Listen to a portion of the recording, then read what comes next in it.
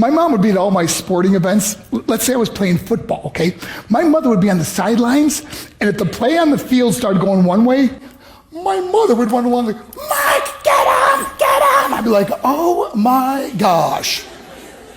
I'd get in the huddle with the other guys. They go, Mark, is that your mother? I go, no, I never saw her before in my life. The greatest gift my mother ever gave me, she believed in me.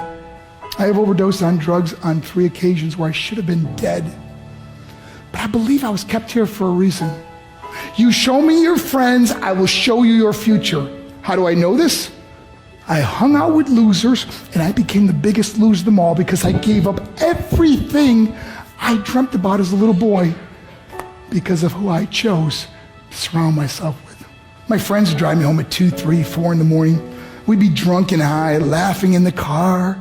We'd pull up in front of my house in New York. They go, Mark, the light's on. I go, oh man, my mother's up. See, my mom wouldn't go to bed until she knew her son was still alive.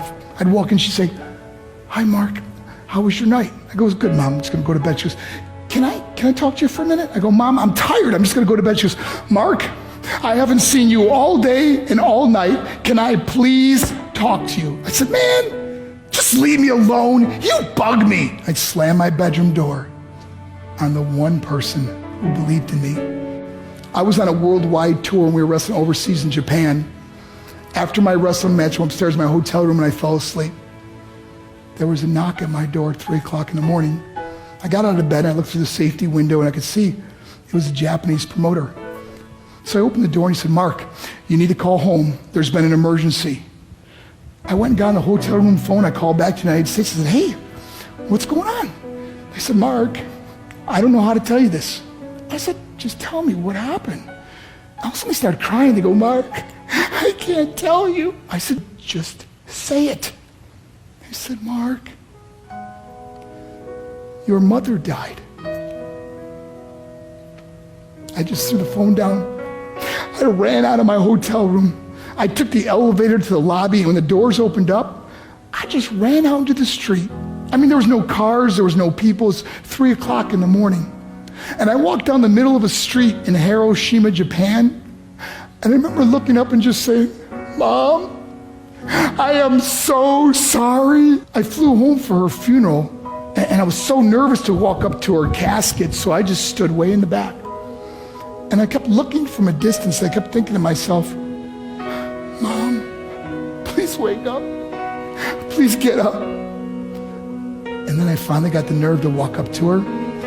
And as I got closer, I could see my mom for the first time. I mean, she was so beautiful. She was dressed in white. I mean, she looked like an angel. And I just stood over it. I said, Mom, you are my hero.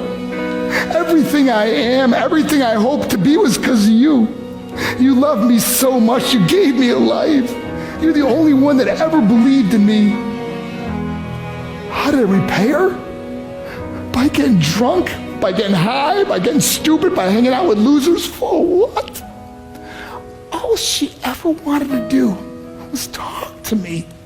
I wish I could talk to you now, Mom. I wish you could see what I'm doing. Why couldn't I have been a better son? We are defined by our choices. But if you surround yourself with people involved in drugs and alcohol and pills, it's a dead end. I'm not here to preach to you. I'm here to tell you I lived that life. It leads to broken hearts, broken relationships, broken dreams, and death.